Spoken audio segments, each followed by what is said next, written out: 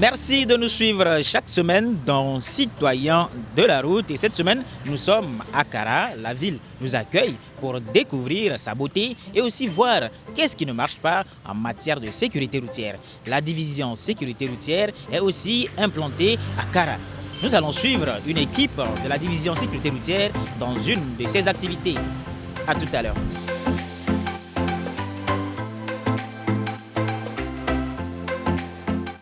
À Kara, comme partout ailleurs, l'imprudence et l'incivisme de certains usagers de la route conduisent à des accidents très souvent mortels.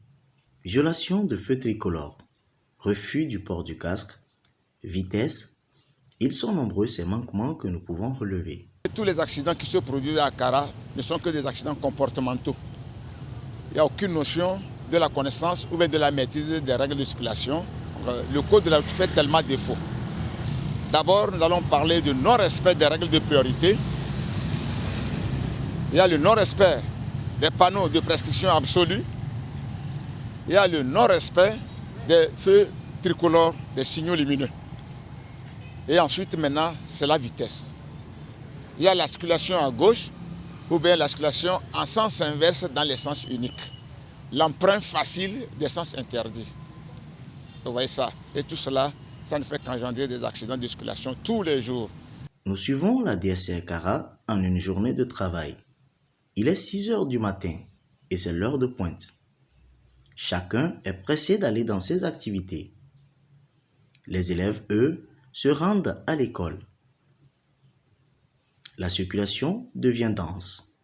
À l'intersection Cap-Tomde, la DSR est déjà présente pour réguler la circulation. Chaque matin, au quotidien, nous mettons un dispositif sur l'axe Kara, disons le grand carrefour Tomde jusqu'à Ketao, parce que c'est un axe accidentogène. Donc nous mettons un dispositif pour permettre aux usagers de vaquer librement à leur circulation. Et comme nous sommes en période scolaire où les enfants ont des difficultés de traverser la route, donc nos agents facilitent, ils aident les enfants à traverser les voies pour se rendre à l'école. Courtoisie dans la fermeté semble un slogan à la DSR. Nous retrouvons une autre équipe dans la journée au Carrefour Bleu. À cette intersection, les violations de feux tricolores sont légion. Rouge là, ça veut dire que arrêt obligatoire.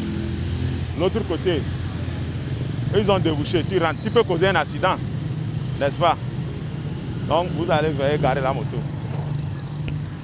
Quand il est passé, j'ai vu le feu rouge, mais je n'ai pas respecté. Et quand je suis sorti, on m'a arrêté parce que je peux causer un accident sur la voie. Là, prochainement, je ne vais plus répéter ça. Au niveau des carrefours, avant d'aborder le carrefour, même s'il n'y a pas le marquage au sol qui définit les principes de position au niveau du carrefour, mais sachez quand même si vous allez à droite, vous serrez à droite et vous présignalez vos intentions. Là, je m'adresse aux conducteurs routiers, des chauffeurs et autres. Le clignotant qui est très important, la position sur la chaussée. Comment se positionner avant d'aborder un carrefour? C'est vous qui roulez, vous avez l'intention où vous allez. N'est-ce pas? Il ne faut pas arriver d'abord au carrefour avant de vouloir changer de position parce que vous devez aller à gauche, or que vous devez occuper longuement la droite. Les autres sont là. Le casque sauve en cas d'accident chez un motocycliste et plusieurs campagnes de sensibilisation ont été faites. Mais malheureusement, beaucoup de motocyclistes négligent encore ce dispositif. Oui, monsieur, nous vous interpellons pour le défaut de port de casque. Vous voyez là où vous avez laissé votre casque. Monsieur, je vous parle. Vous voyez là où vous avez déposé votre casque. Normalement, vous devez le porter sur votre tête. Il est censé vous protéger. Mais vous préférez laisser le casque sur le réservoir, ce qui ne vous met pas en sécurité. En plus, vous venez de violer le feu rouge au carrefour. Donc nous vous interpellons pour 2 infractions. Vous avez violé les feux et en plus vous n'avez pas porté votre casque qui est censé vous protéger. Un conducteur de tricycle interpellé pour surcharge de passagers.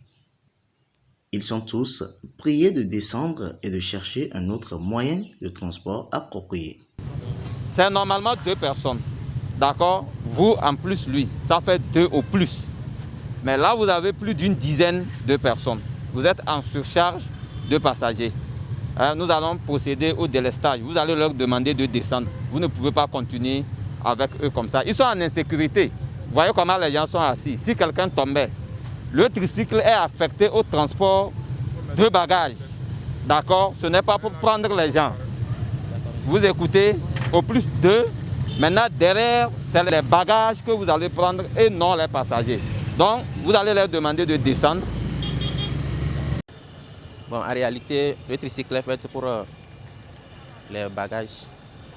Mais compte tenu de nos situations, bon, on va pour un enterrement, donc on va profiter, prendre un nombre de personnes. Plus tard dans la nuit, c'est le contrôle sur la nationale numéro 1. Vous voyez, non? Ce n'est pas la peine. Avec un lait se change comme ça, l'homme ne doit pas rester dedans. Le moment de faire des tests d'alcoolémie et de stupéfiants. Vous prenez l'embout, vous enlevez vous-même et vous mettez sur l'appareil. Par ici, monsieur. Appuyez. Ok, on commence.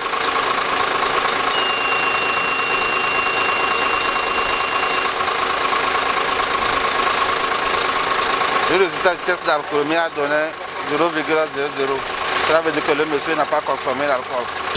Comme toutes les autres DSR, à Kara ici, nous menons les services de contrôle, les services de régulation de la route et les services de surveillance.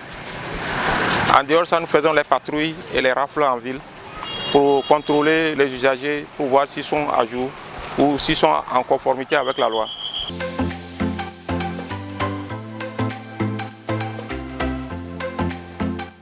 Vous l'avez compris, citoyens de la route, c'est fini pour aujourd'hui. Pour l'essentiel, retenons que la division sécurité routière, section Kara, travaille inlassablement pour réduire les accidents de la circulation. Avec d'autres acteurs de la sécurité routière, la ville de Kara, nous l'espérons très prochainement, sera une ville modèle en matière de sécurité routière. Merci de nous avoir suivis. À la semaine prochaine pour un nouveau numéro. Mais comme toujours, je vous laisse découvrir la ville de Kara sur ces quelques images.